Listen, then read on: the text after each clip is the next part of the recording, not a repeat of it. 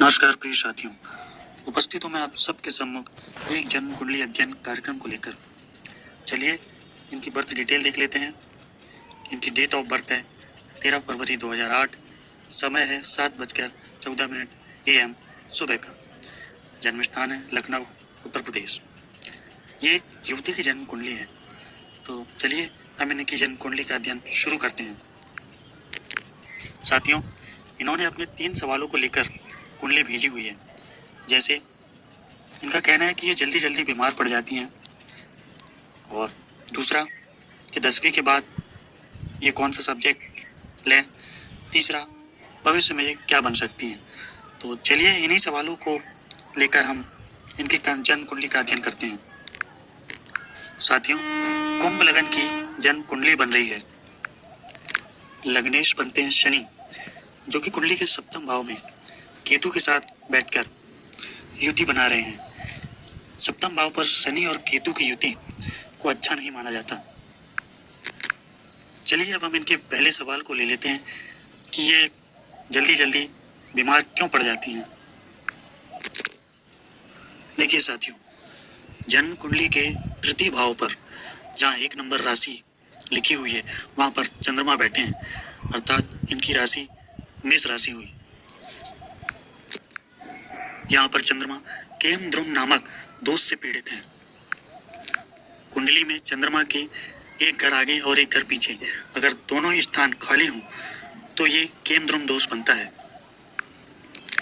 इनके चंद्रमा पर केतु की भी 9वीं दृष्टि पड़ रही है, अर्थात चंद्रमा इनके बहुत ज्यादा पीड़ित हो गए हैं। इनके चंद्रमा 6ठे भाव के मालिक है। यहाँ से हम रोग और बीमारी का विचार करते हैं। जहाँ 4 नंबर राशि लिखी हुई है, ये कुंडली का 6ठा भाव है। 6ठे घर के स्वामी चंद्रमा के पीड़ित होने के कारण ही ये जल्दी जल्दी बीमार पड़ जाती हैं और इनको शीतजन्य रोग हो जाते हैं। इसके लिए मैं आपको कुछ उपाय बता रहा हूँ, जैसे कि आप भोलेनाथ की आराधना करें। सोमवार और शनिवार को शिवलिंग पर दूध, जल और काला तिल अर्पित करें। 25 की उम्र के बाद आप एकादशी का व्रत भी करें, इससे आपको लाभ होगा। चलिए अब इनके दूसरे सवाल को भी देख लेते हैं।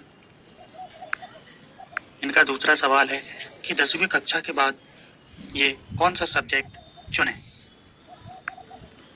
साथियों, कुंडली में शिक्षा का विचार पंचम भाव से किया जाता है और इनके पंचम भाव पर मंगल देव विराजमान है। पंचम भाव पर गुरु की पूर्ण दृष्टि पड़ रही है। ये ज्ञान के शिक्षा के विचार से बहुत ही अच्छा है। साथियों, इन पर अभी शुक्र की महादशा चल रही है, जो कि 2024 तक की ही है। 2024 के बाद इनको सूर्य की महादशा प्रारंभ हो जाएगी।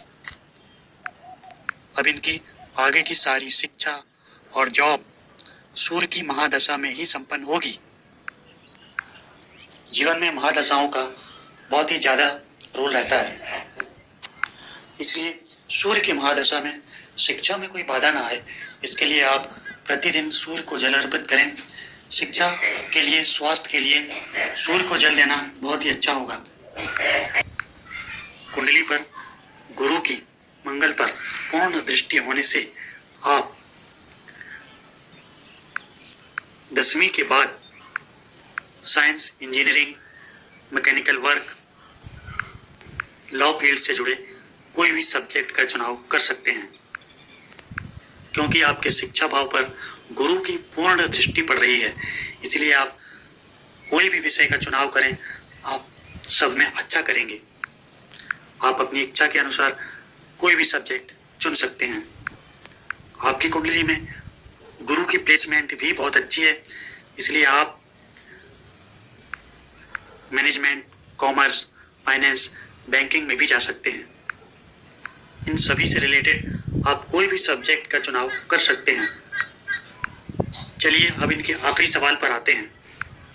इनका आखिरी सवाल है कि मैं भविष्य में क्या बन सकती हूँ।